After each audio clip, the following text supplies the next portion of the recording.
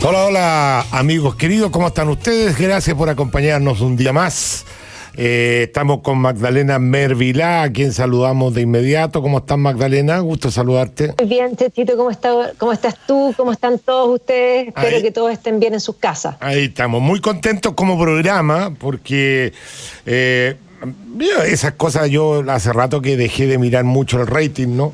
Y nada, se me ocurrió, como igual uno no ve tanto a los ejecutivos de la radio, les pregunté si le había llegado el rating. Sí, me lo mandaron ayer. Y quiero contarle a nuestros auditores que en la radio de opinión, en hombres y mujeres de todos los estratos, mayores de 25 años, por cierto, que este programa apunta un poco más a la gente con opinión, qué sé yo, estamos en primerísima sintonía, con 156.000 puntos, nos sigue la Bio Bio, apenas con 100.000, o sea, casi un 50% más de sintonía del que nos sigue. Después la Oasis, con menos de 100.000.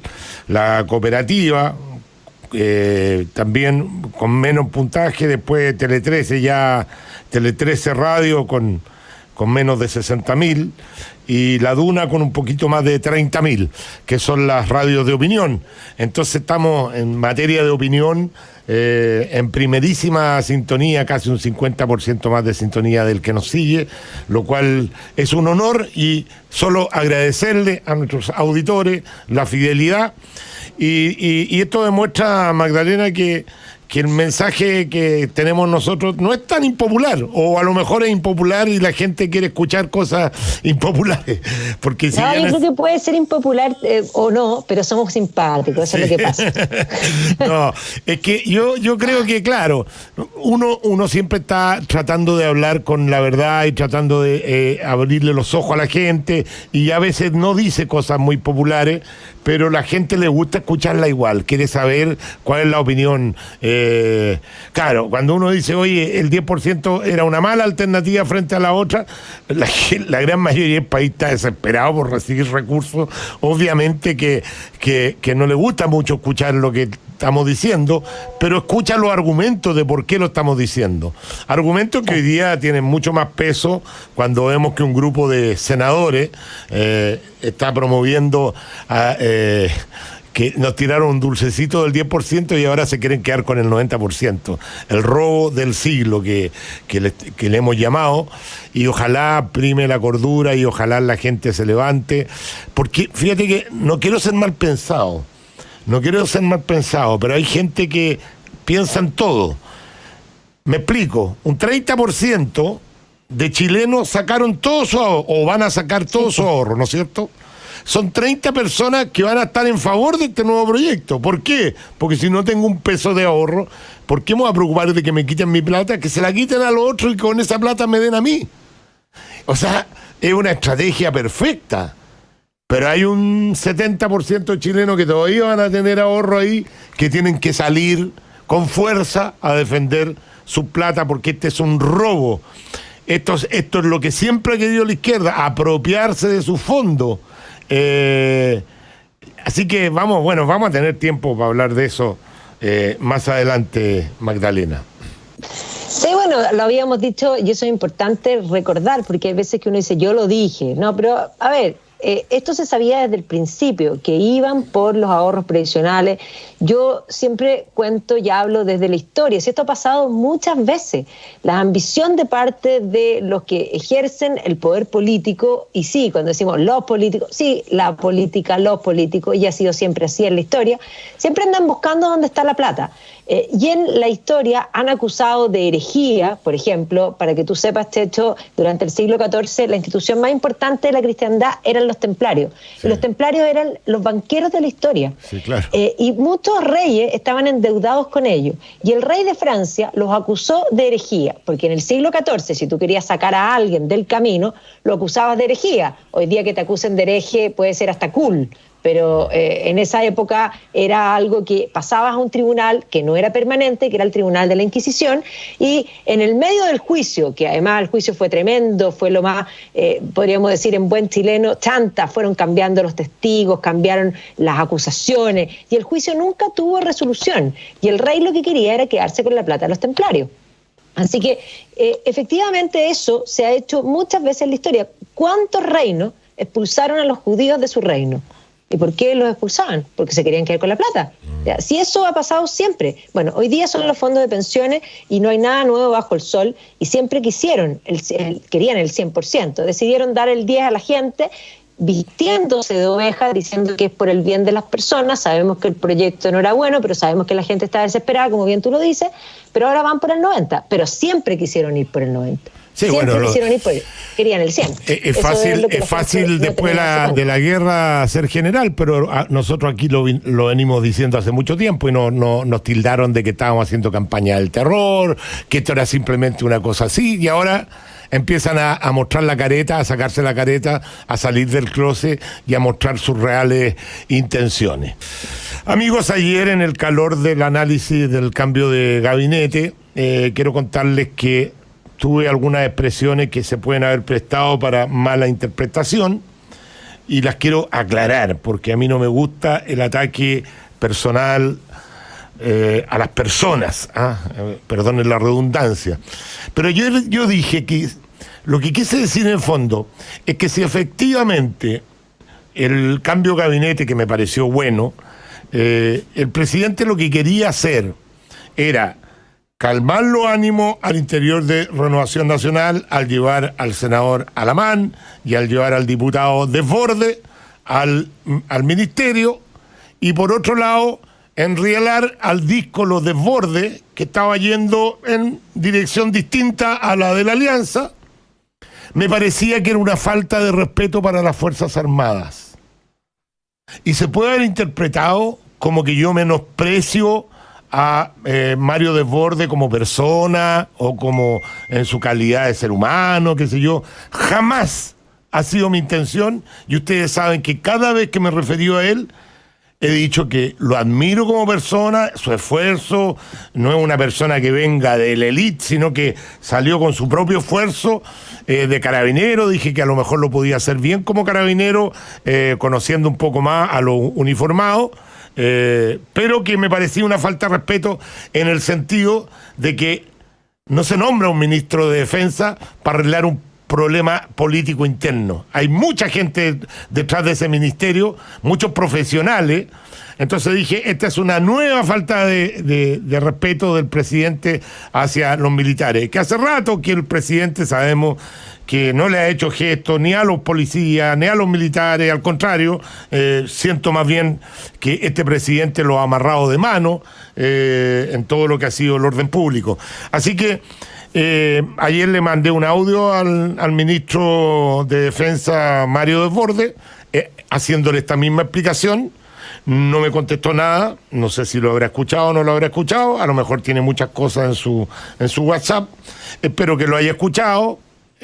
Hubiera esperado, no te acepto las disculpas o algo, algún acuso de recibo, pero está bien, no tengo problema. Mi crítica a Mario Desbordes ha sido absolutamente política. Creo que se equivocó terriblemente al promocionar el 10%, creo que está totalmente equivocado al promocionar este acuerdo de nueva constitución, que nos va a llevar a cualquier cosa. Si ya vemos cómo se legisló para el 10%, todos sabiendo que era malo, todos, y lo decían en los pasillos, este es un peor proyecto que el otro, y lo aprueban igual. Imagínense la constitución que puede salir de esta clase política. Usted dice, no, pero van a ser otros, pero elegidos de la misma forma que fueron elegidos estos. Entonces, lo más probable es que se replique. Magdalena. Sí, bueno, de hecho, eso que tú planteaste es muy cierto. Sí, aquí se hizo una estrategia política. La gente se le olvida que la política es política. Y evidentemente es igual que jugar ajedrez. Cuando uno juega ajedrez, y lo digo porque lo tengo ahora en la retina muy claro, porque mi hijo chico, que tiene 7 años, le ha dado por jugar ajedrez, y ayer me estuvo jugando, pero ha jugado muchísimo, y ayer jugamos, y me ganó, créelo, me ganó. Y precisamente el ajedrez tiene la estrategia de no ver una movida, sino que uno ve una movida, la movida siguiente y la movida siguiente, y proyectar lo que sucede. Y en la política eso es lo que se hace. Y esto fue una movida política, sin más allá de, digamos, de los méritos o no que pueda tener el señor Mario Desbordes. Básicamente, dentro de la coalición estaba desordenando el norte. ¿En qué sentido? En que cada posición política tiene cierta visión y básicamente él se había alejado bastante de la visión y es más, aunque a última hora se ordenó con el 10%, el causante de abrir esa puerta en gran medida fue él. Y esta estrategia de llamarlo al ministerio era inhabilitarlo en cierta forma. Y sí, y aquí podríamos decir, el ojo político del gobierno estuvo clarísimo, pero el ojo político del señor Desbordes no estuvo tan claro porque era evidente que él se iba a sentir tentado y honrado de ser llamado y es más, hay muchas voces en Twitter, incluso del sector de la oposición, que han hecho ver que de alguna manera cayó en esta tentación, porque él tiene sus aspiraciones propias, su agenda propia, y a la gente no se le puede olvidar que los políticos siempre tienen su agenda propia y que están primeramente preocupados de ellos y de su futuro. Entonces, claro, que sea una ofensa, bueno, a las Fuerzas Armadas, bueno, eso es un tema también que hay que tener en cuenta, de que las Fuerzas Armadas son jerárquicas y por lo tanto el rango de Mario Desbordes tampoco era un rango tan alto y eso es bastante complejo dentro de instituciones de este tipo. Ojalá que lo haga muy bien, porque para el país uno no puede desear que nadie lo haga mal, y yo creo que él ha demostrado ser una persona con capacidades, pero no con gran visión política. Y sí, con muchas cosas que parecen que han sido muy cercanas a la gente, pero él está muy preocupado de sí mismo y de esta carrera de escalar como persona, y eso a mí me parece que él ha sido muy mezquino más que generoso como lo presentan. Bueno, lo que queríamos dejar en claro básicamente, por lo menos por mi parte, era que todo lo que se hace aquí en este programa tiene la intención de una crítica política. Yo, de repente, a no ser que sea alguien que esté llamando a la violencia, que lo pueda tratar de criminal, alguien que efectivamente se ha comprobado que ha cometido un crimen, nunca he atacado a las personas, siempre ataco lo que dicen o discuto lo que dicen, que eso justamente se trata de la opinión política. Así que quiero que se entienda eso, no me arrepiento de mis conceptos políticos con respecto a Desbordes. Ahora, si él entendió que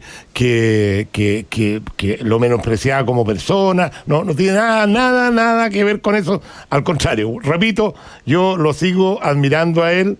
Tuvo muchas veces en nuestro programa. Pero Chichito, no te preocupes, porque él ha estado muy sentimental en el último tiempo. Sí, claro. Bueno. Él se siente, yo siempre hablo de que las personas todas tenemos sentimientos, pero hay un nivel de sentimientos que yo lo llamo, comillas, chuli sentimiento.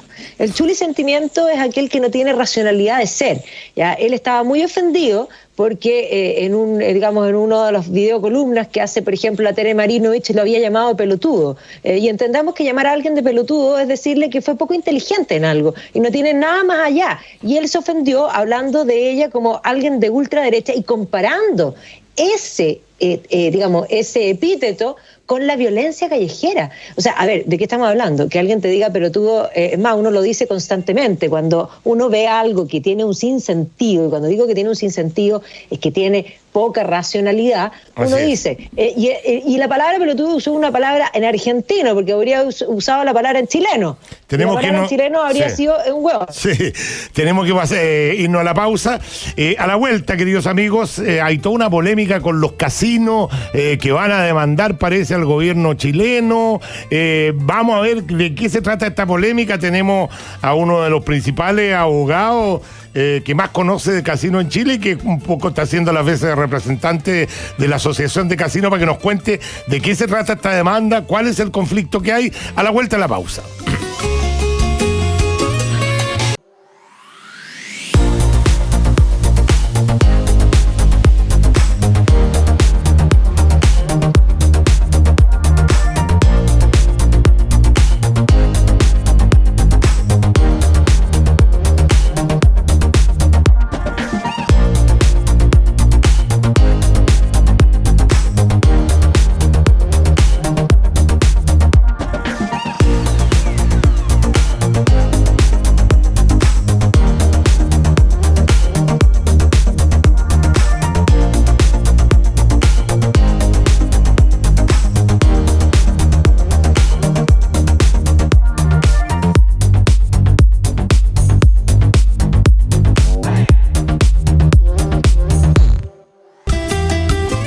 Sigamos conectados en agricultura junto a Sergio Checho Irane.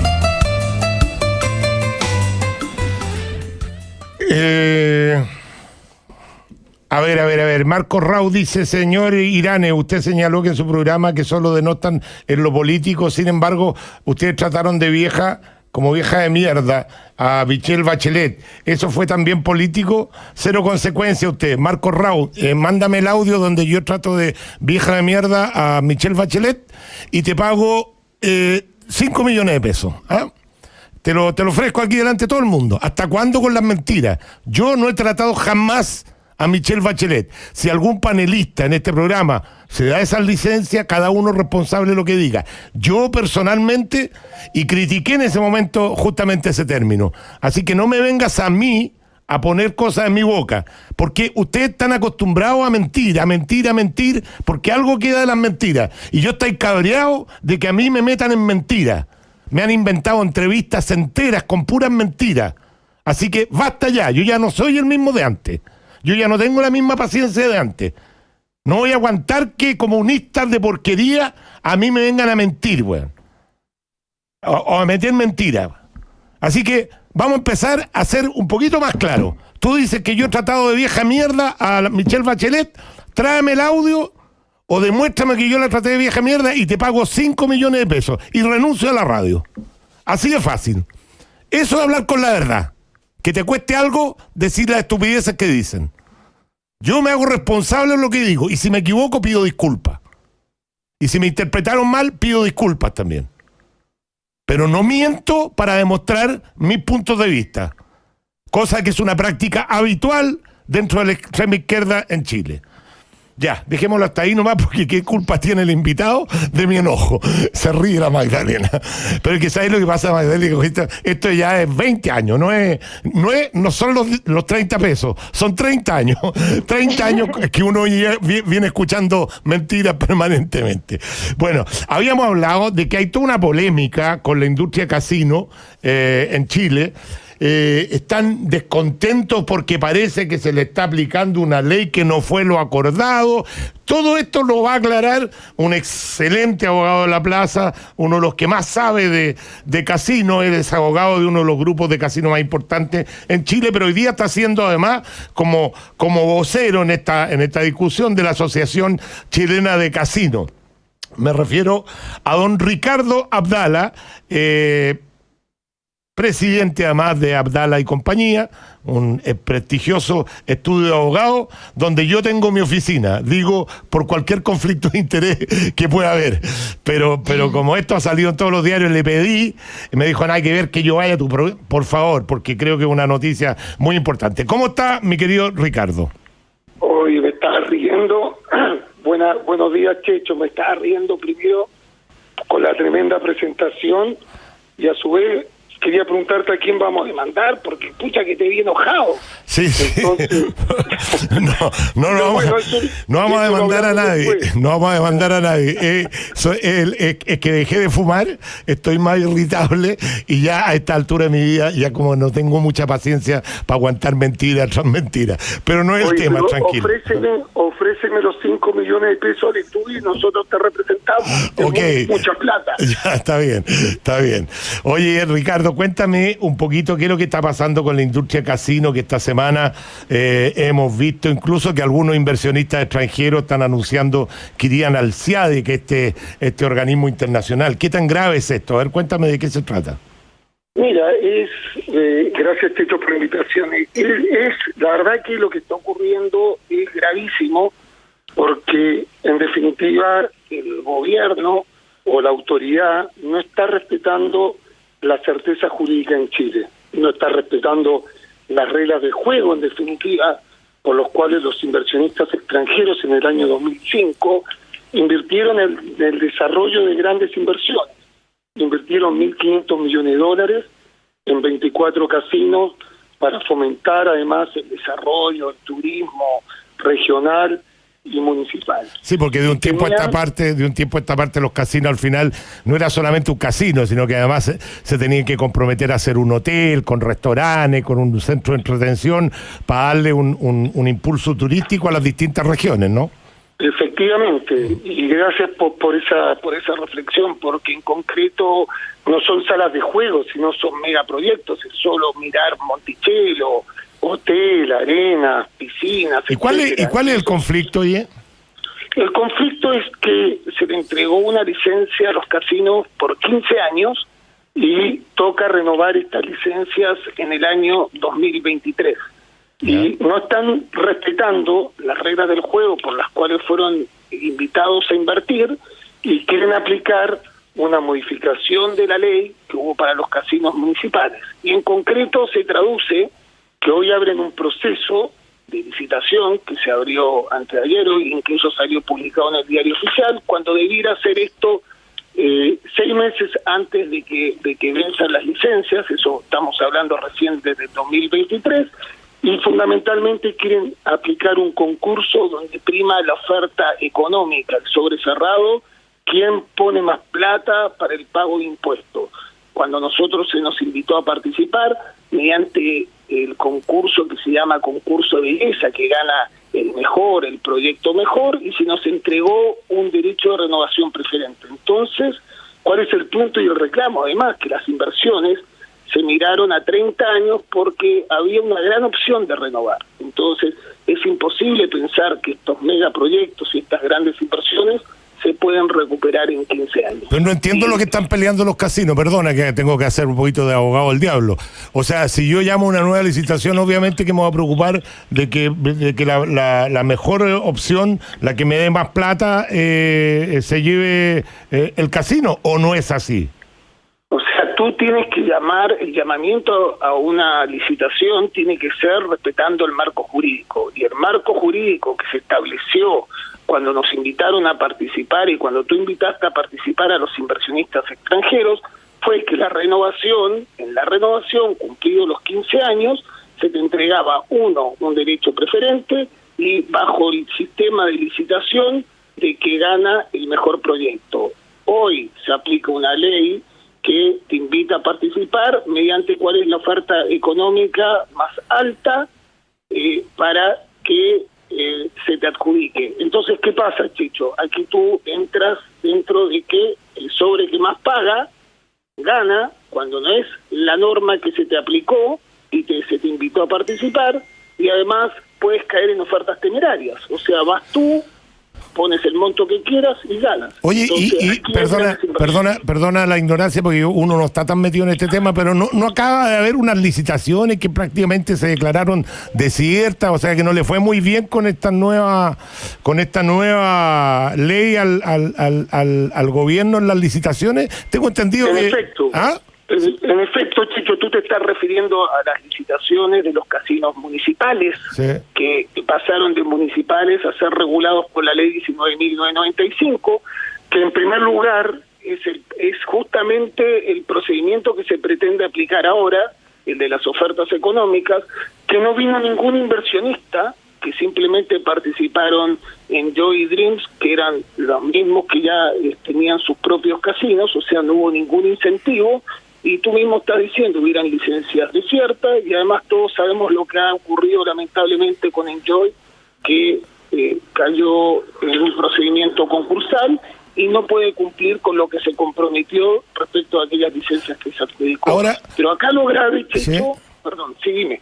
No, es que a mí me parece raro que en vez de ponerle facilidades a los inversionistas en un momento difícil como el que se está viviendo, que va a haber una competencia por la inversión extranjera gigantesca, se le esté poniendo trabas. Uno estaría pensando que más bien el gobierno va a estar ayudando a esta... ¿Cuánto empleo dan los casinos en total en Chile? ¿Cuánta gente... Sí, antes de la pandemia, obviamente, hoy día. No, correcto, pero estamos hablando de 10.000 puestos de trabajo directos, ¿sí?, y 25.000 puestos de trabajo indirectos, o sea, en total 35.000 puestos. Yeah. Pero el tema de lo que tú dices, mira, ayer en un foro internacional el presidente de la República dijo que abrazamos a los inversionistas extranjeros y los necesitamos para poder reactivar la economía y salir de esta recesión. Y por otro lado, está dejando en claro, primero, incertidumbre jurídica, porque no estás respetando el marco de la ley. Más allá de que a ti te guste más un sistema o no, tú tienes que respetar la ley por la cual tú invitaste a participar a los inversionistas. Y el segundo, por otro lado, tú tienes a los inversionistas, que son los socios, los que pusieron la plata, diciendo, si no me respetas, voy al CIADI, que es un tribunal internacional que dirime conflictos entre inversionistas extranjeros privados y estados, es un organismo dependiente del Banco Mundial, y donde lo que se persigue es el reparo económico, o sea, te van a demandar por el evita de los próximos 15 años, 24 casinos, que es muchísima plata, y el desprestigio y descrédito de lo que significa para Chile que inversionistas te lleven a un tribunal de este tipo, donde tú estás recalcando que no hay certeza jurídica, donde no se respetan las reglas del juego, y eso es muy grave. Sí, sobre todo para lo que se viene. Oye, te quiero hacer 2 preguntas muy cortitas porque se nos está acabando el tiempo. La primera, ¿cuánto aportan los casinos en general a las regiones, más o menos, en términos reales? ¿Cuánta plata le ha dado los casinos a toda esta nueva ley de casinos? Antes me acuerdo que existía el Casino Viña, el Casino Puerto Montt, eran muy poquitos los casinos que habían en Chile.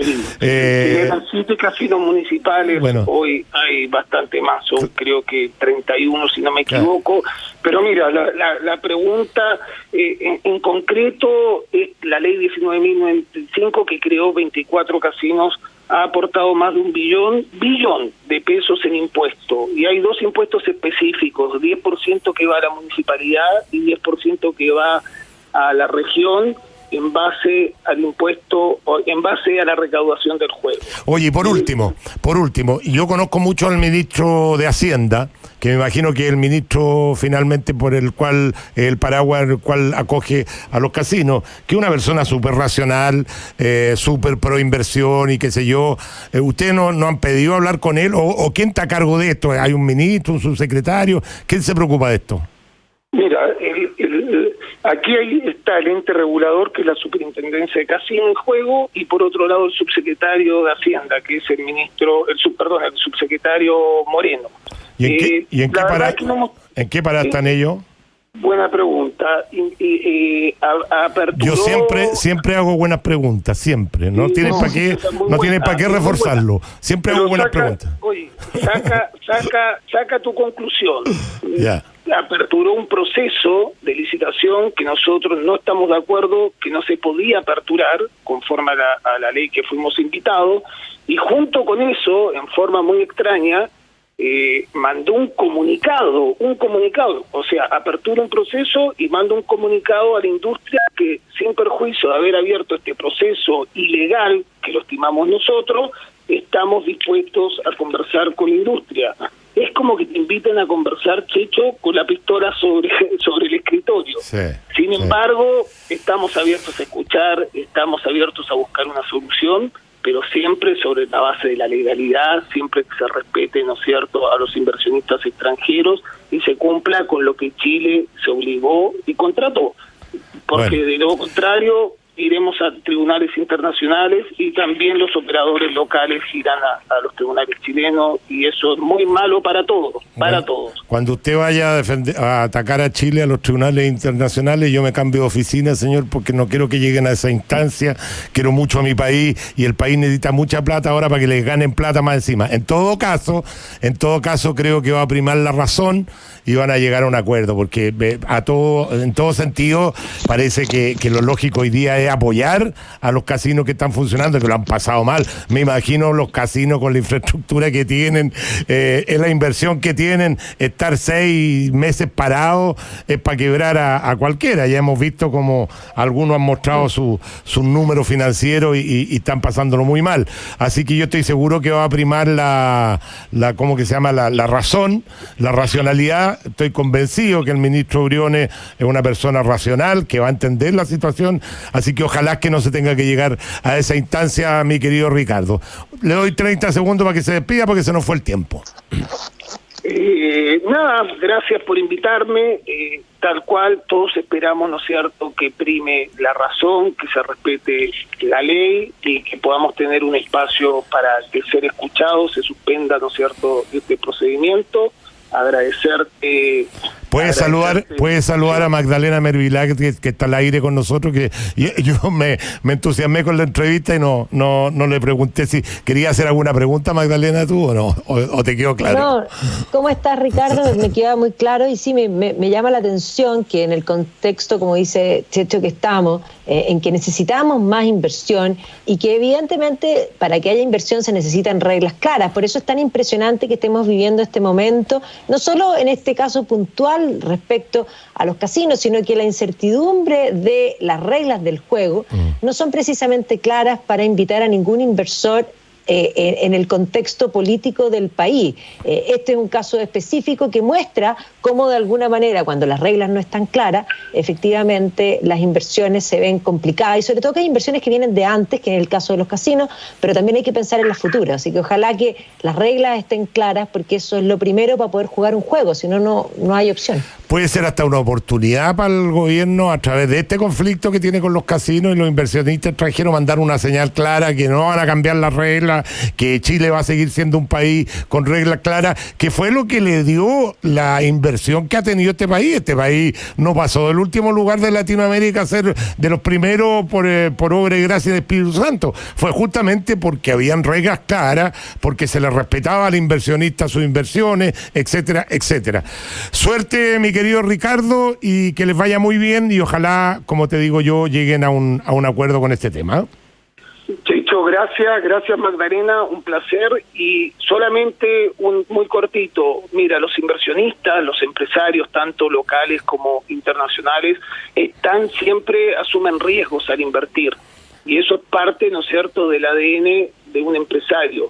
Pero lo que no puede ocurrir nunca, que frente a tu inversión te cambien la norma, te cambien la certeza jurídica, porque ahí caemos en el problema de otros países muy cercanos que tenemos a Chile y limítrofe, donde la gente no sabe a qué atenerse. Y la incerteza jurídica es lo peor que le puede pasar a un país.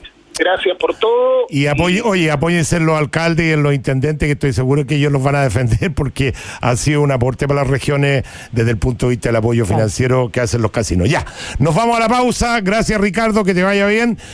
No se mueva nuestra sintonía. A la vuelta volvemos con Sergio Vitar.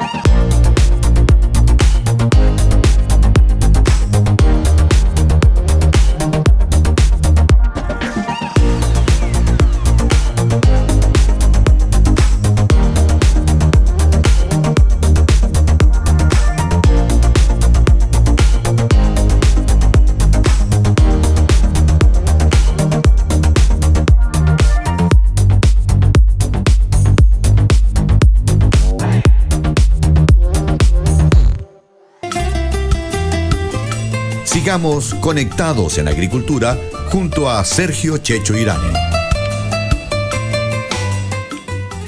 Marco Rao me contesta, y como tiene derecho a réplica porque me enojé harto con él, lo voy a leer. Dice: Sergio, primero que nada, no soy comunista, sí soy de izquierda. No, lo que pasa es que como usáis la mentira para expresarte, pensé que erais comunista, porque los comunistas es su práctica habitual.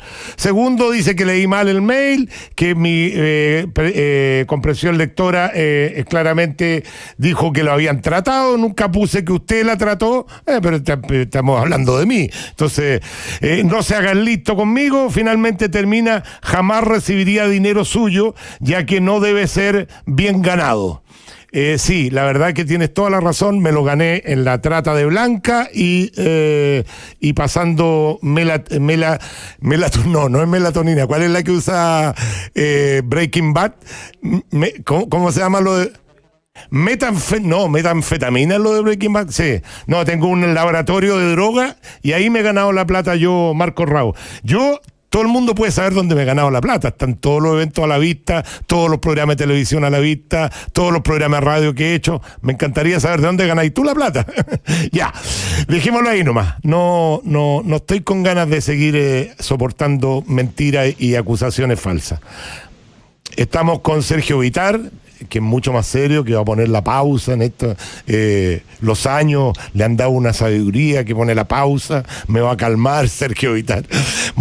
Tiene muchos más años que yo, y está con nosotros.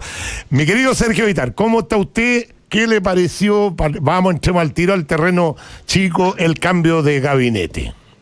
Pero déjame contarte algo cortito para salir un poco del tema. ¿Por qué me demoré? Porque estaba dirigiendo una reunión con todo mi equipo de Iquique que yo formé durante el tiempo de senador para proteger Humberstone y Santa Laura. Y como estamos en pandemia, ese que es un patrimonio de la humanidad, y aprovecho de invitar a todos los auditores, lo vamos a reabrir. Entonces estamos discutiendo cuáles son las normas sanitarias para reabrir y cómo informamos además de los 2 proyectos nuevos.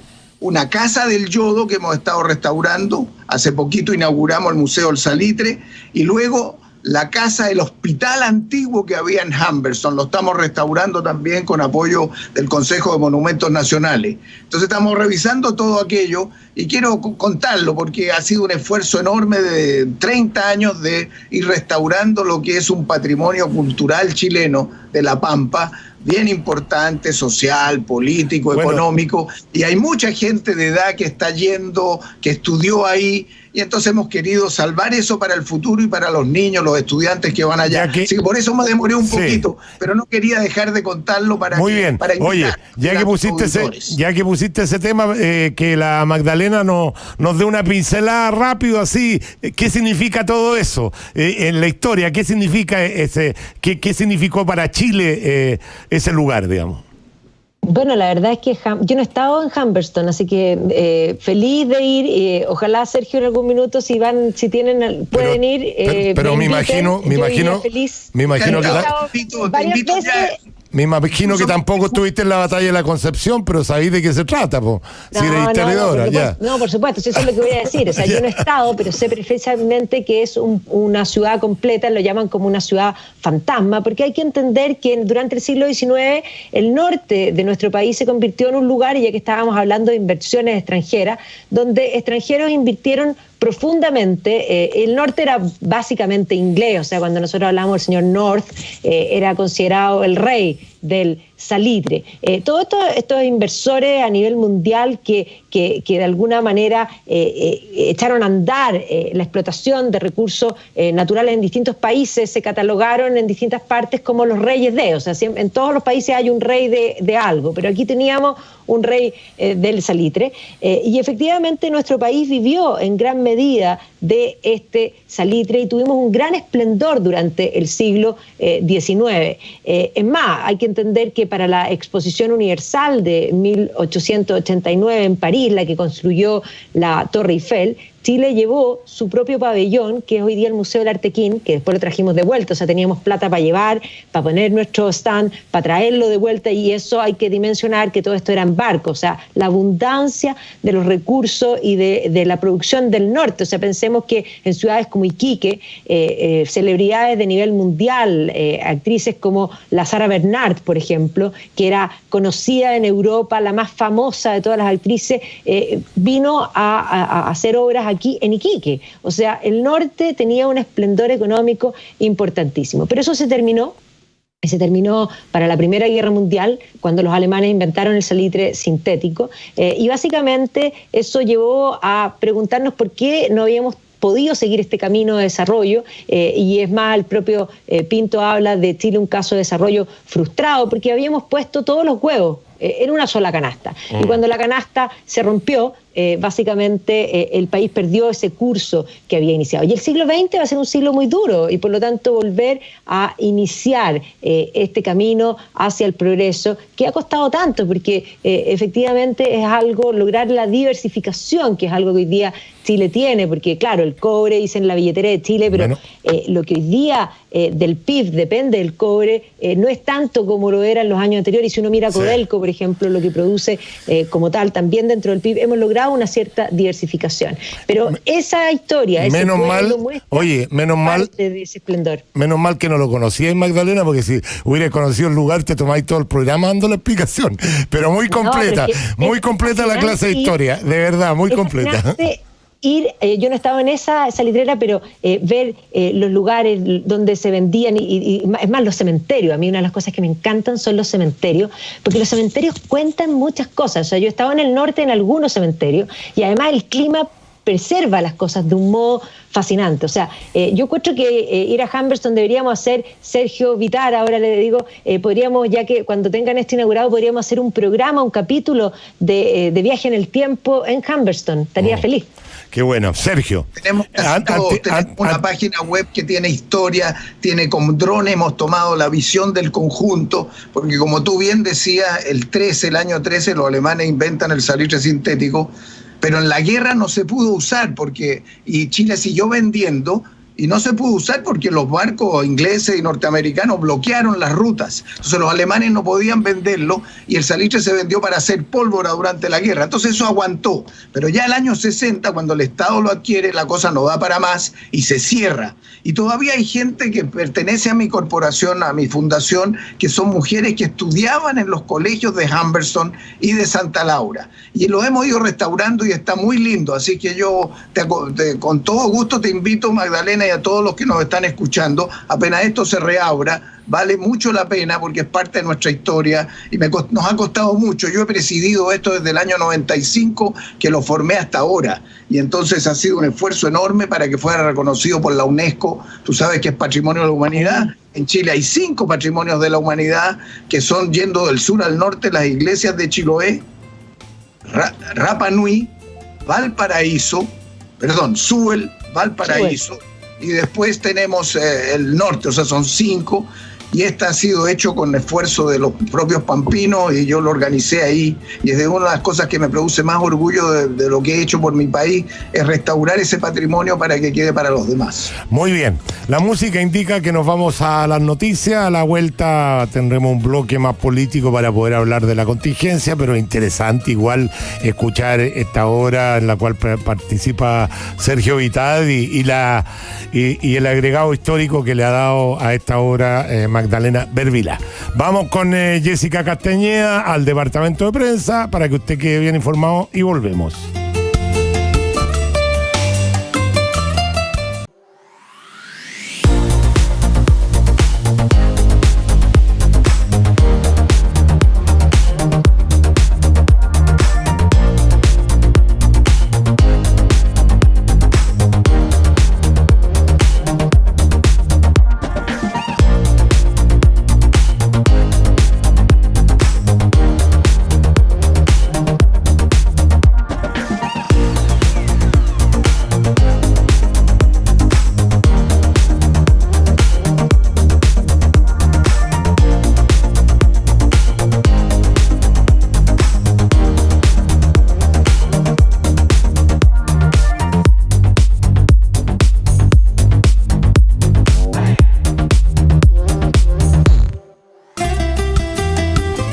Sigamos conectados en agricultura junto a Sergio Checho Irane.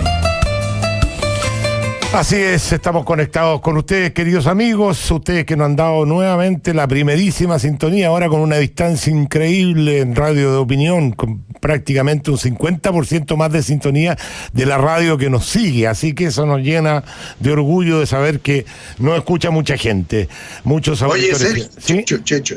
¿Sí? Recibí ayer tu mensaje con esos datos, sí, y quiero decirte que son bastante sorprendentes y buenos. Sí, claro. Así que quiero felicitarte porque en realidad la sintonía del programa es de las más altas de que se transmiten en estos temas. Así que felicitaciones. No, pues felicitaciones a ustedes, para los panelistas que hacen posible también que este programa tenga el atractivo. Imagínense yo hablando solo aquí. Ustedes son los que le dan el aporte, como Magdalena, el aporte histórico. Usted que con los años le da la sabiduría, don Sergio Vitar. Lo estoy molestando a Sergio por el tema de la sabiduría. Si la sabiduría es una virtud. Sí, claro, no, pero los años... Los años depende, los años depende. Sí, no, pero Checho, nos vamos poniendo, yo insisto, nos vamos poniendo cada vez más sofisticados. Sí. No es que nos vamos poniendo viejos, nos vamos poniendo mucho mejores. Es buena esa frase. Acuérdate de que dicen que la juventud es un defecto pasajero. Sí. Exacto. Bueno, quiero contarle que en Grupo Patio desarrollamos diversos formatos de renta para cumplir día a día nuestro propósito, unir personas y enriquecer sus vidas. Conoce más en patio.cl. Ahora con Tepillé Monitoreo Temporal, usted puede proteger su empresa en el horario y por el tiempo que necesite. No sea usted la próxima víctima y contrate su tranquilidad en tepillé.cl. En familia, con amigos o la polola, San Jorge te invita a compartir con ellos toda su variedad de productos. Siempre San Jorge. En Multiservice Grúa hemos implementado una serie de medidas preventivas para minimizar los riesgos de contagio del coronavirus, porque al mundo no lo mueven las máquinas sino las personas. Nuestro compromiso no se detiene. Ahora con tus tarjetas de crédito BCI Visa puedes pagar sin contacto desde tu celular, Android con Google Pay o desde tu smartwatch, Garmin con Garmin Pay o Fitbit con Fitbit Pay. Y cuando lo haces acumulas el doble de puntos BCI, pesos OpenSkype y o millas Advantage. ¿Qué mejor? BCI, seamos diferentes. Hoy más que nunca mantengamos la energía en alto, por eso Abastible con su programa de beneficio ha apoyado a más de 2.800 adultos mayores en todo el país, entregando 271 estufas y más de 3.700 cargas de gas en hogares de adulto mayor. Conoce toda la iniciativa en abastible.cl. Universidad San Sebastián, comprometida con la formación integral de sus estudiantes para que puedan mejorar sus vidas y contribuir como ciudadanos al bien común. Bueno, en el próximo bloque vamos a estar con el abogado tributarista Cristian Asté para que nos hable un poquito de esto que está alegando la Cámara de Comercio del impuesto y también del impuesto a los nuevos ricos. Pero ahora me gustaría conocer la opinión de Sergio también, que no le hemos conocido, sobre la contingencia, este cambio de gabinete. ¿Cómo lo ve él? Bueno, conozco a la mayoría de los nuevos ministros de trabajos diversos en el Parlamento y posteriores. Mi percepción es que, primero desde el punto de vista del presidente, el cambio anterior de gabinete puso personas para abrirse a conversaciones con la oposición. Hoy veo al ministro del Interior y al ministro de Relaciones Exteriores más bien representando a los sectores más duros de su coalición, y entonces es una interrogante. Yo no me atrevo a juzgar a priori, pero es una interrogante de si esto significa facilitar los entendimientos que Chile necesita con la oposición o endurecer posiciones.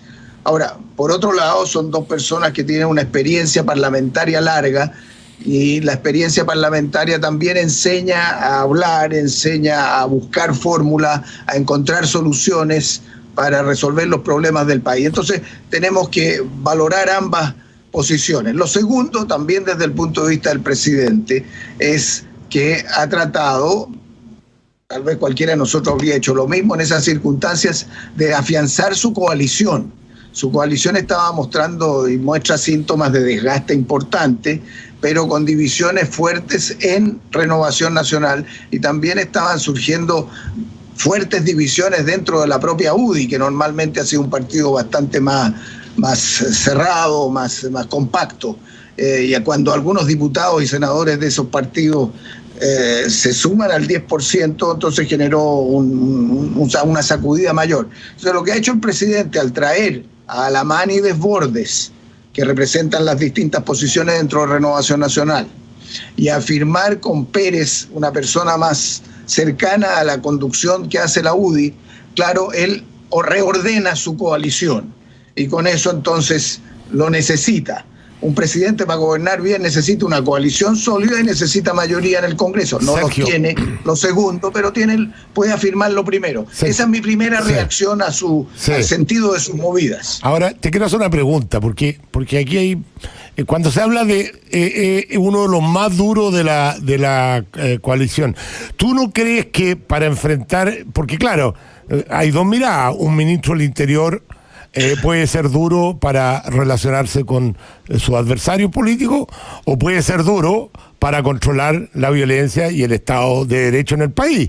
Yo prefiero un ministro duro controlando el estado de violencia que estamos viviendo. O sea, lo que pasa es que acá en Santiago de repente vivimos en las nubes, no nos damos cuenta de lo que está pasando en la Araucanía, pero se han repetido los actos de violencia en forma reiterada y claramente también en las redes sociales uno visualiza que hay una especie de organización para cuando esto pase volver al estado de violencia que tuvimos en octubre. Entonces, cuando tú dices, mira, un ministro duro, yo no sé, yo prefiero un ministro duro para lo que se nos viene. ¿Cuál es tu opinión al respecto de eso? Perdón, Magdalena, de ahí te doy la palabra a ti, pero es que me llamó la atención ese comentario que hizo Sergio. A ver, hay dos dimensiones en la función que cumple un ministro del Interior. Uno es el orden público, y creo que en esa materia tenemos que ser todos muy cuidadosos de contener lo que fue el estallido en materia delictual, como hemos visto estos días. O sea, es muy difícil, especialmente si tú vas a avanzar institucionalmente. Y ahora tenemos el gran desafío del plebiscito, que el propio presidente Piñera en su alocución cuando designó al nuevo ministerio lo mantuvo y lo destacó como una cosa que hay que hacer en octubre y que es parte del proceso político nacional y convenido y que está en la Constitución. Entonces, es necesario orden para hacer bien el plebiscito. Ahora, la otra dimensión de la dureza no es el orden público, es la capacidad de acuerdos para ir sacando el país adelante en condiciones que estamos todos muy complicados, o sea, la oposición y el oficialismo. Si tú endureces posturas en el oficialismo, lo que tiende a ocurrir es que también endureces posturas en un sector de la oposición. La oposición no es homogénea y el oficialismo no es homogéneo.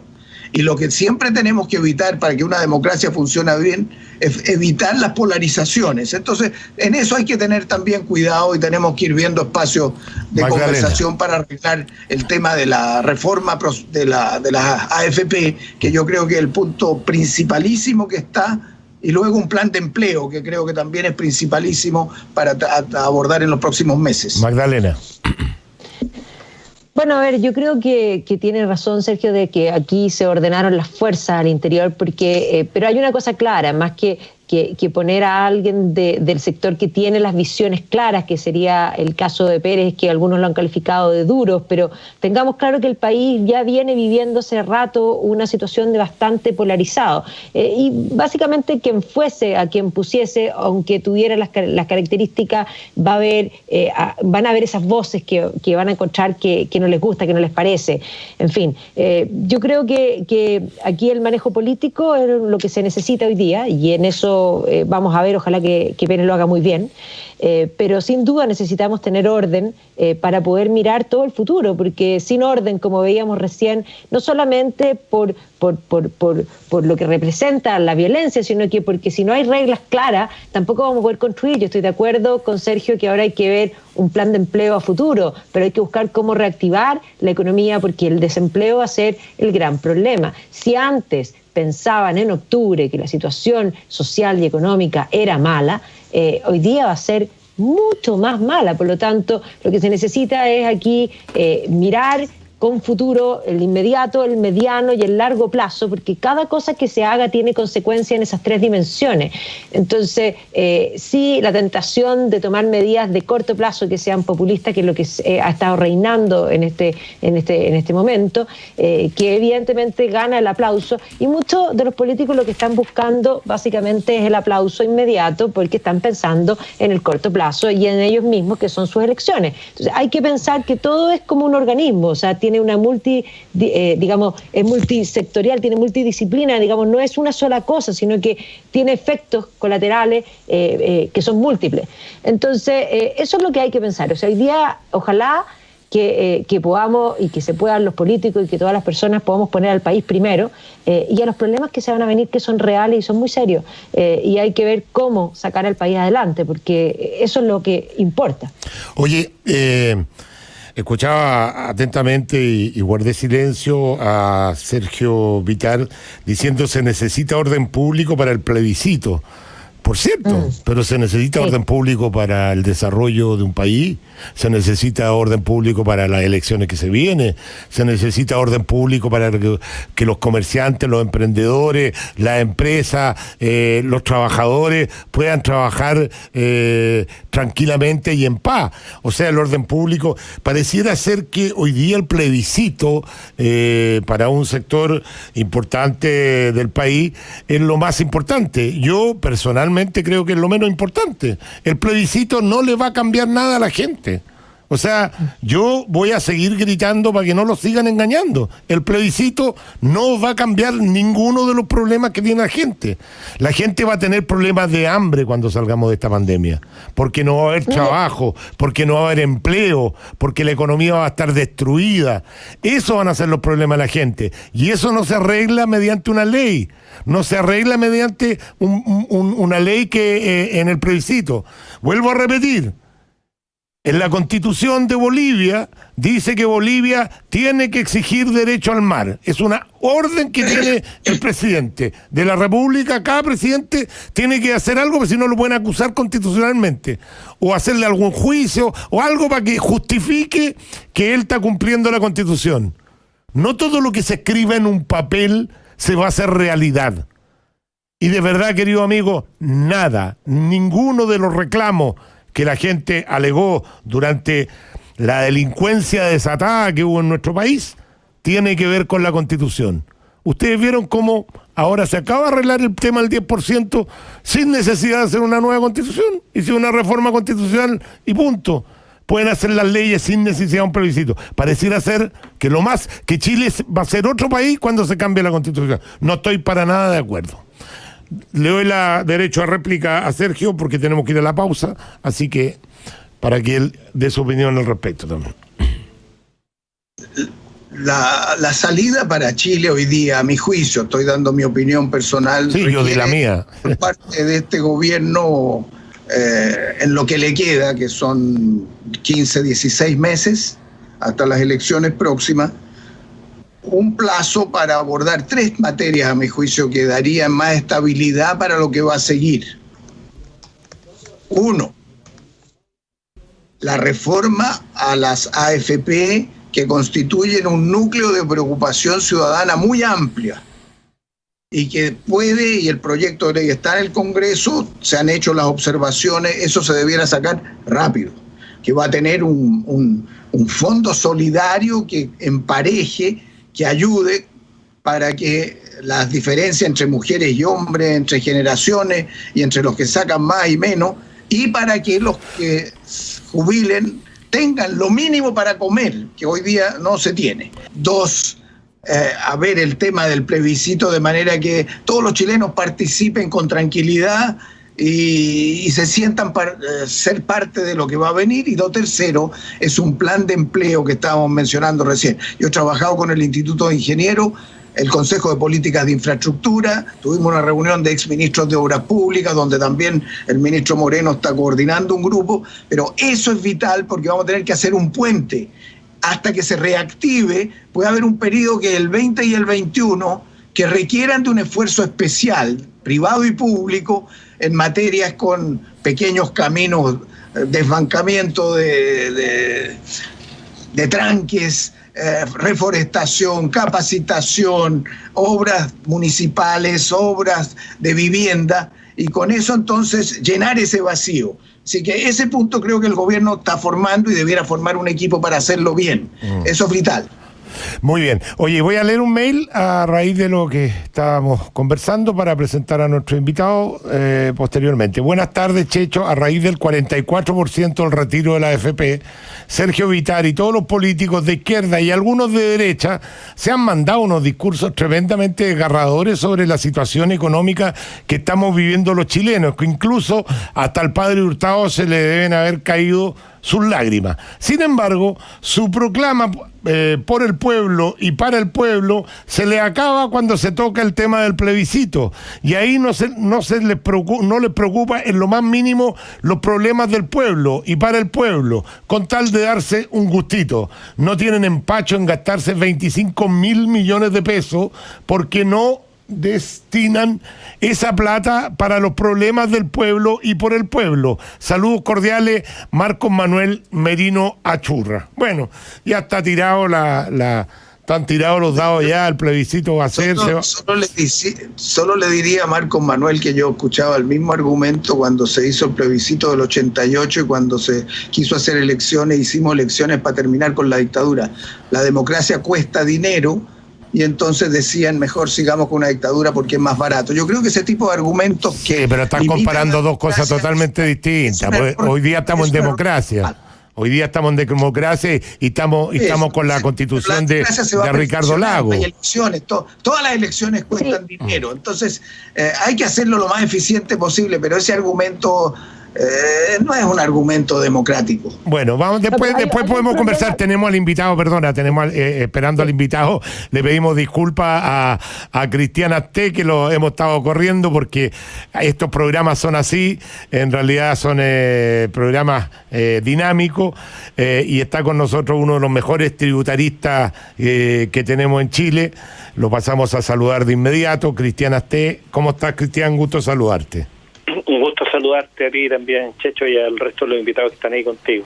Oye, varias organizaciones gremiales han sido afectadas particularmente por la pandemia, ¿no es cierto?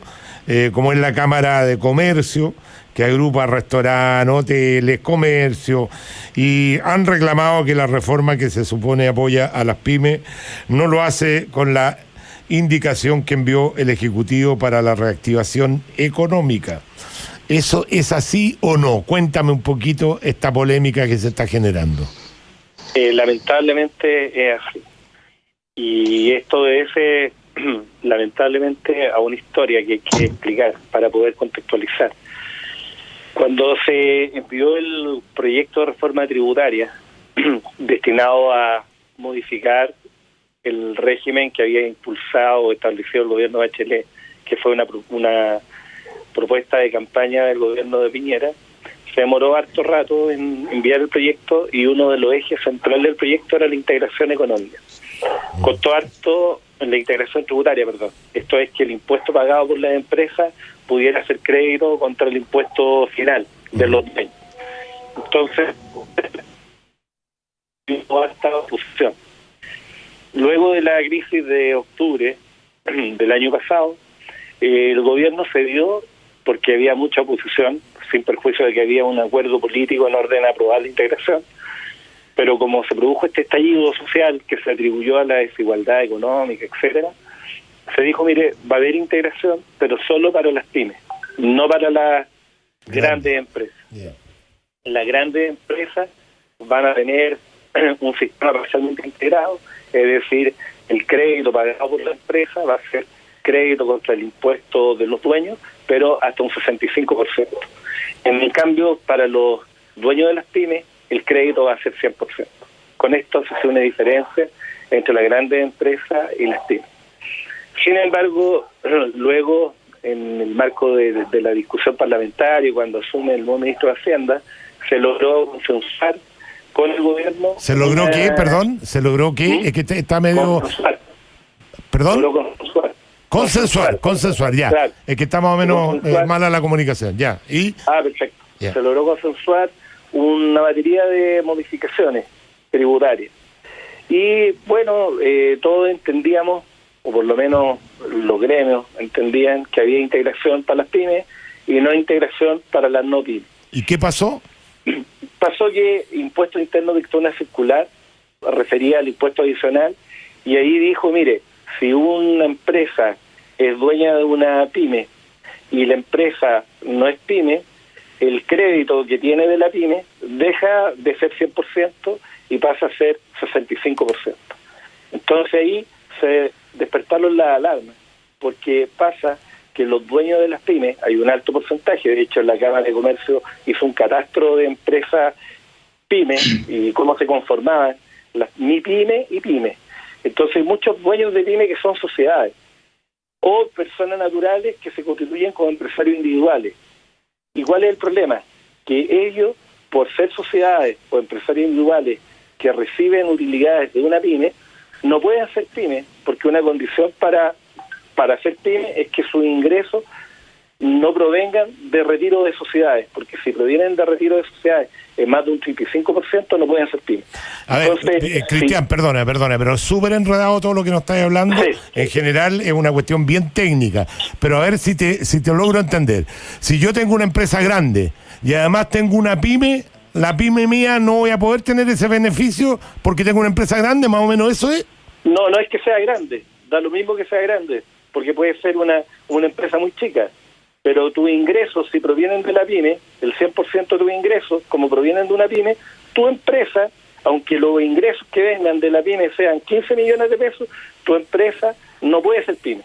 No por el monto de los ingresos, sino porque el más del 35% de tus ingresos provienen de la tenencia de derechos sociales. Entonces, si tú eres dueño de una pyme en un 80% de una pyme y todos tus ingresos son de esa pyme, tu sociedad no puede ser pyme. Y por lo tanto el crédito que tiene deja de ser 100% para ti. Entonces eso hace que muchas empresas, nosotros hicimos una encuesta en la FNC y estamos hablando de un 40% de pymes que quedan fuera del beneficio. Bueno, ¿y esto se lo han planteado al gobierno? Obvio. Entonces, ¿qué fue lo que ocurrió? Que cuando se dictó la circular del servicio, todos o muchos, entre los que me cuento, observamos la circular, suponiendo que había un error de impuestos internos. ¿Qué pasó? Que el gobierno hizo una indicación avalando la interpretación del servicio y diciendo, sí, tienen razón, y hizo una indicación expresa en esa línea. Y esa indicación del gobierno entiende que está en el marco del acuerdo político, pero es un acuerdo absurdo, porque yo te puedo demostrar que hay empresas que, por ejemplo, pueden tener una utilidad total de 30 millones de pesos y el dueño de la empresa, que tiene un ingreso anual de 14.700.000 pesos, que significa 1.225.000 pesos, paga 818.000 pesos de más que un trabajador que gana la misma plata. Es decir, un emprendedor que tiene ese ingreso termina pagando un impuesto mucho mayor que el que paga un trabajador dependiente. Bueno. Y eso es mayor dependiendo incluso de la renta. O sea, si la persona tiene una renta más baja todavía, es mayor el efecto que tiene. Entonces, lo que se hizo por la Cámara, se envió la Cámara de Comercio, cuya comisión tributaria presido, se hizo una carta que se dirigió al presidente de la Comisión de Hacienda de la Cámara de Senado para advertirle que el efecto que iba a tener esto, porque al final se dice va a haber integración para las pymes, pero al final del día esa integración no existe, porque basta que yo sea socio de una pyme a través de una sociedad para que el beneficio no lo tenga. Y eso además vulnera la garantía de la igualdad, porque una sociedad puede tener persona natural que va a tener integración 100% y una sociedad cuyo dueño no va a tener eso. Pero además lo que ocurre es que muchas personas se estructuran como sociedad para salvaguardar su patrimonio, porque tú comprenderás que si tú haces un emprendimiento, no quieres, si ese emprendimiento no resulta, que terminen embargándote tu casa, donde vives con tu familia. Entonces tú lo que haces es te constituyes en una sociedad y esa sociedad es la que participa en la otra empresa. Bueno. O te constituyes como empresario individual. Cristian. Entonces, y además, Checho, perdóname, lo majadero que quiero hacer en esto. Esto va contra la reactivación que apuntaba el ex senador Vitar, que está invitado contigo, porque la reactivación de las pymes, que tú lo aterrizas, tú dices, ¿cómo una pyme va a reactivarse? Bueno, la única opción que tiene es pedir crédito a los bancos. Los bancos no le van a prestar a la pyme porque no tiene flujo y sería irresponsable que lo hicieran porque manejan fondos de terceros. Entonces, ¿cuál es la apuesta a las pymes? Conseguir que gente invierta en ello. Por ejemplo, un restaurante que ha estado parado, un hotel, una residencial, una fábrica, y el inversionista pone plata, pero si el inversionista de una sociedad va a poner plata, si el impuesto que va a pagar la pyme no va a ser crédito 100%, no va a tener ni un beneficio, va a pescar esa plata y va a preferir tener acciones de sociedades grandes, o tomar la plata y en un depósito cero riesgo. Entonces es un efecto en cascada que no tiene ninguna lógica. Ya lo entendí perfecto el punto, aunque no es fácil de entender, pero tiene que ver con los incentivos que se ponen ahí. No sé si Sergio Magdalena quiere decir algo, pero yo le quiero hacer otra pregunta antes de despedir a Cristian, porque quiero preguntarle también sobre el impuesto a los nuevos ricos. Sergio, ¿quería decir algo tú? Solamente que me parece bien fuerte la argumentación de Cristian. Salvaje. Porque cuando tú estás saliendo de una situación de crisis, a veces por el prurito de poder evitar cualquier filtración, tomas una medida que te perjudica a una masa mucho más grande de gente. Claro. Y el efecto entonces se reduce bastante. En las discusiones de ahora se ha planteado mucho la cosa de, bueno, mira, estamos dando ahora un ingreso a una familia, pero si alguien se aprovecha de eso, tenemos que castigarlo, pero no hagamos medidas tales que, para evitar que ningún fresco se aproveche, terminemos perjudicando a decenas de miles de personas. O sea, hay un momento que tú tienes que tener más flexibilidad sabiendo que corres un riesgo. Yo creo que en la recuperación de las pymes tenemos que correr un poquito ese riesgo, sin perjuicio de que seamos muy duros en castigar al que se aprovecha. Muy bueno, pero no limitarlo de antemano. Solo complementar algo a lo que dice el exministro, el senador Vitar, con mucha experiencia política, y tiene toda la razón del mundo.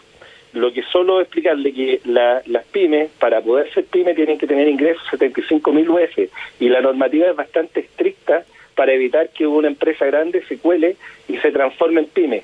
Lo que aquí estoy marcando es que independiente quien sea dueño de la pyme, el crédito sea 100%, porque al final del día, si el dueño de la pyme es una gran empresa, la gran empresa tiene que llevar un control separado de las utilidades con crédito que tienen restitución de las que no la tienen. Las utilidades que vienen de las grandes empresas tienen que restituir un 35%, y siempre los retiros se imputan a esas utilidades primero, por lo tanto no hay ningún perjuicio para el fisco, ninguno. Lo que sí ocurre es que con esta indicación equivocada del Ejecutivo, para variar, lo que hace es perjudicar derechamente a las pymes. Y en el catastro que hizo la Cámara de Comercio con una encuesta, hay ni pymes, ni siquiera pymes, estamos hablando de empresas que venden menos de 2.400 UF al año, que terminan completamente perjudicadas. Entonces, ¿cómo es posible que un trabajador dependiente, que no tiene ningún riesgo, pague mucho menos impuestos que un tipo que quiere emprender y que da trabajo? Y ojo que los que más dan trabajo es el comercio. La Cámara de Comercio da el 20 y tanto % de trabajo, o daba. Espero que lo vuelva a dar en el futuro con la reactivación. Oye, Cristian, muy interesante. Espero que nos escuchen algunas autoridades, porque me parece de todo sentido. Bueno, el senador Vitar tiene contacto en redes políticas. Sí, de todo sentido que se corrija ese error. Oye, mira, déjame darte mi opinión al respecto de este impuesto a los súper ricos que están proponiendo algunos diputados.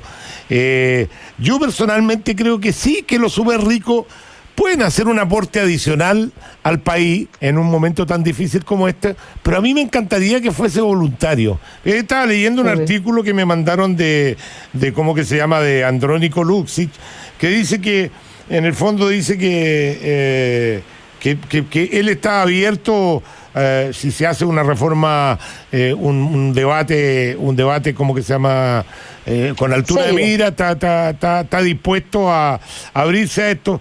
¿Y por qué en vez de no grabarlo a los súper ricos, se hace una invitación a que los súper ricos hagan un aporte voluntario? Porque esto me suena más a expropiación a mí que una cosa solidaria. Yo creo que tiene que correr la solidaridad.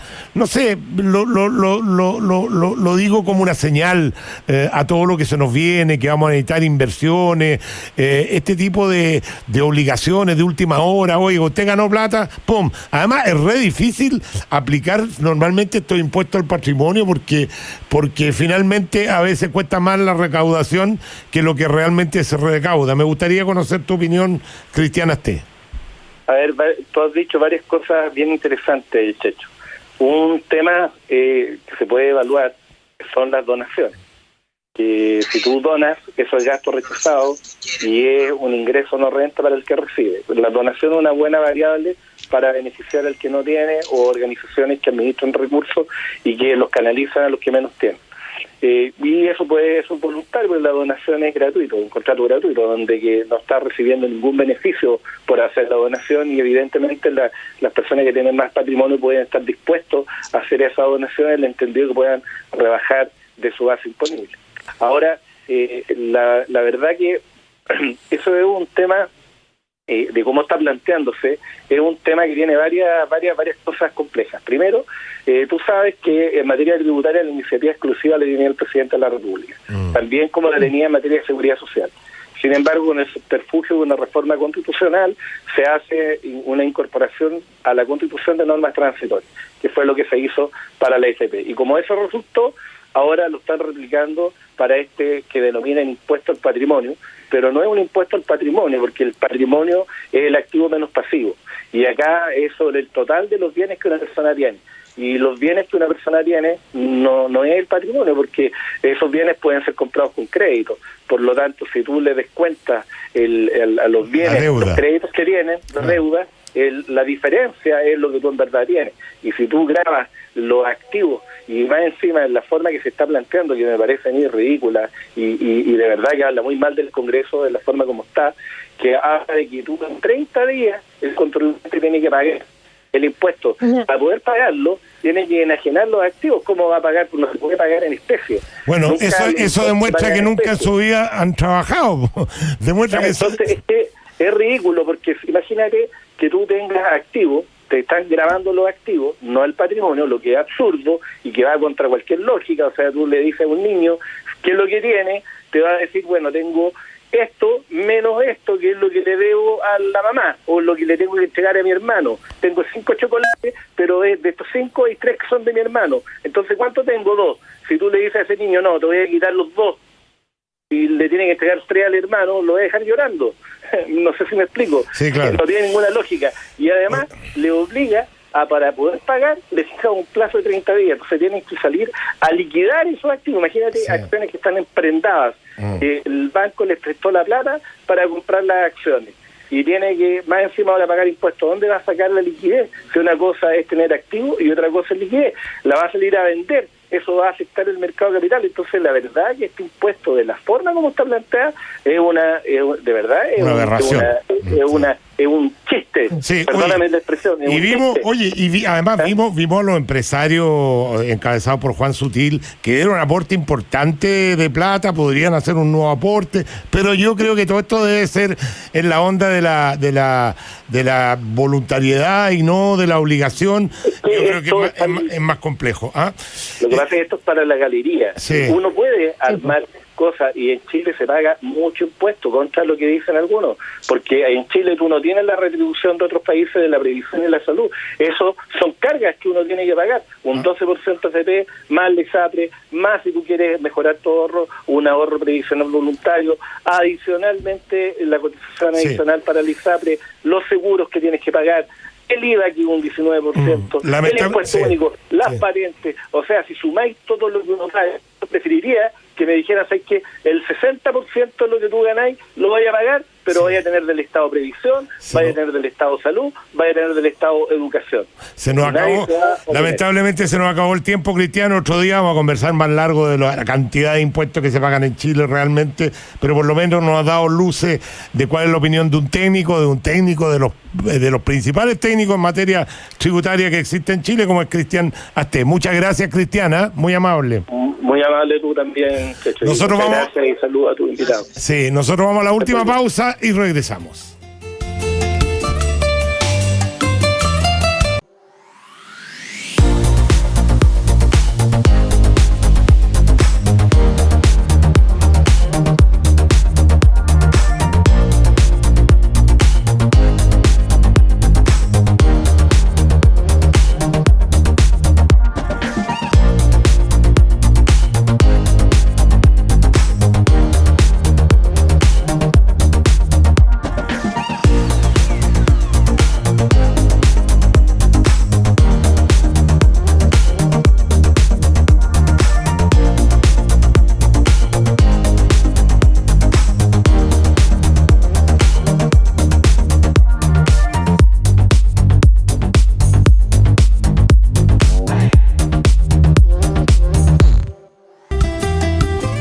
Sigamos conectados en agricultura junto a Sergio Checho Irane. Pucha, tenemos muchos WhatsApp, muchos mails, pero se nos acabó el tiempo, y el tiempo que queda quiero dejárselo a los panelistas para que puedan hacer sus últimas opiniones en el día de hoy. Partimos por Sergio y terminamos con Magdalena. ¿Les parece, Sergio? Aprovecho de plantear un tema que es bien importante y que puede afectar a mucha gente, que es que para el 10%, el retiro del 10% de muchas personas, de la ley que se aprobó, hay gente que está debiendo pensiones alimenticias. Sí, claro. Y hay 100.000 peticiones a la justicia de mujeres, mamás, en fin, que reclaman que el hombre no les ha dado ese dinero y que piden que se retenga la devolución del 10% o se descuente de ese 10% la responsabilidad de pagar la pensión alimenticia. Y acabo de ver que la Corte Suprema ha hecho un estudio y que calcula que hay 185.000 millones de deuda por pensiones alimenticias. Yo creo que aquí se va a crear un problema importante que yo quería destacar hoy día acá, porque tiene que ver también con la responsabilidad de los hombres de cuidar a sus hijos. Y por lo tanto, creo que nos va a colocar de nuevo frente a esa obligación, y yo espero que la Corte Suprema siga y que se estudie una fórmula que haga viable ese pago, pero que aumente la responsabilidad de pagar las decisiones que tomó la justicia de pensiones alimenticias para la familia y los niños de uno. Muy bien, Sergio, de 100% de acuerdo contigo. Yo creo que uno puede tener cualquier conflicto con su mujer, con su ex señora, con su expareja y qué sé yo, pero los niños no tienen por qué pagar el pato. O sea, uno cuando es padre tiene que ser padre y tener la responsabilidad de la paternidad. No puedo entender que un padre esté por otro lado y no preocupado de que su hijo no está recibiendo los recursos mínimos para la sobrevivencia. Así que estoy 100% de acuerdo contigo. Ese tipo de cosas a mí me agreden. Así que los que deben pensiones, que se pongan. Magdalena. Sí, bueno, eso que plantea Sergio, los dos tienen toda la razón. O sea, a ver, aquí hay una cultura de en general no pagar, no cumplir con las obligaciones que se tienen, con no pagar también las deudas, o sea, no solamente con las pensiones, que ya al nivel, eso ya se aparece a los ojos como algo evidente, ético. Pero más allá, hay gente que le debe a otros y que de pronto reciben holgura. Ahora yo entiendo que estamos en una situación compleja, pero en la vida o en cualquier situación ganan un dinero y en vez de pagar sus deudas gastan en otras cosas. Uno lo ve esto constantemente. Entonces yo creo que ahí tenemos que preocuparnos de una educación, tanto educación financiera como educación también del deber. Creo que hemos construido una sociedad digamos, de derechos, de muchos derechos, pero la gente se olvida de cuáles son sus deberes. Y efectivamente el primer deber de un padre, el primer deber de un hombre que de alguna manera ha gestado hijos, es para con sus hijos. Por lo tanto, es impresionante que tengamos que estar diciéndolo aquí en la radio como algo evidente, pero que es evidente. Y cuando digo que es evidente, se parece a los sentidos. Sería fantástico que les retuvieran el 10% a todos aquellos que les deben y que deben pensiones alimenticias. Sería realmente fantástico. Yo, para terminar, solamente decir que efectivamente hoy día no solamente las personas, sino que el Estado también va a requerir de muchos recursos, porque son muchos los gastos necesarios. Yo no estoy diciendo que no sean necesarios. Si el Estado lo obliga a usted a estar encerrado, el Estado tiene la obligación de mantenerlo. Y para eso se necesitan recursos. Y veo cómo seguimos despilfarrando recursos. Perdonen que sea majadero. Seguimos con una cantidad importante de falsos exonerados. No veo que nadie esté haciendo nada por eso. Acabamos de ver cómo a dos criminales que pusieron bombas en Chile y que se rieron de la justicia y se fueron a España, pusieron bombas, volvieron a poner bombas. El Estado de Chile les pagó 180 millones de pesos. 180 millones de pesos. ¿Dónde están los parlamentarios buscando una ley para que los devuelvan como sea? Que le embarguen todo a esos criminales, para que le devuelvan ese plaza al Estado. Yo creo que, como decía un empresario por ahí, yo estoy dispuesto a dar plata, pero también me gustaría que el Estado empiece a cuidar los recursos. La música indica que nos vamos. Gracias, Sergio Vitar. Gracias, Magdalena, nuevamente por este jueves, por este diálogo con altura de mira, y Dios quiera que Chile salga luego de de esta crisis en todo sentido que estaba viviendo. Crisis política, crisis sanitaria, crisis económica. Nos ha tocado muy duro este último año a nuestro país, a sus autoridades, a sus opositores, a todos. Yo creo que nadie se ha salvado de la dureza que le ha tocado esta tormenta que ha vivido Chile. Gracias, Sergio. Gracias, Magdalena. Nos vemos. Gracias a ustedes. Gracias. Nos vemos con ustedes. Si Dios quiere, nos encontramos mañana con mi querido Garfield Sergio Melnik. Chao, chao. Que Dios los bendiga. Fue Conectados en Agricultura.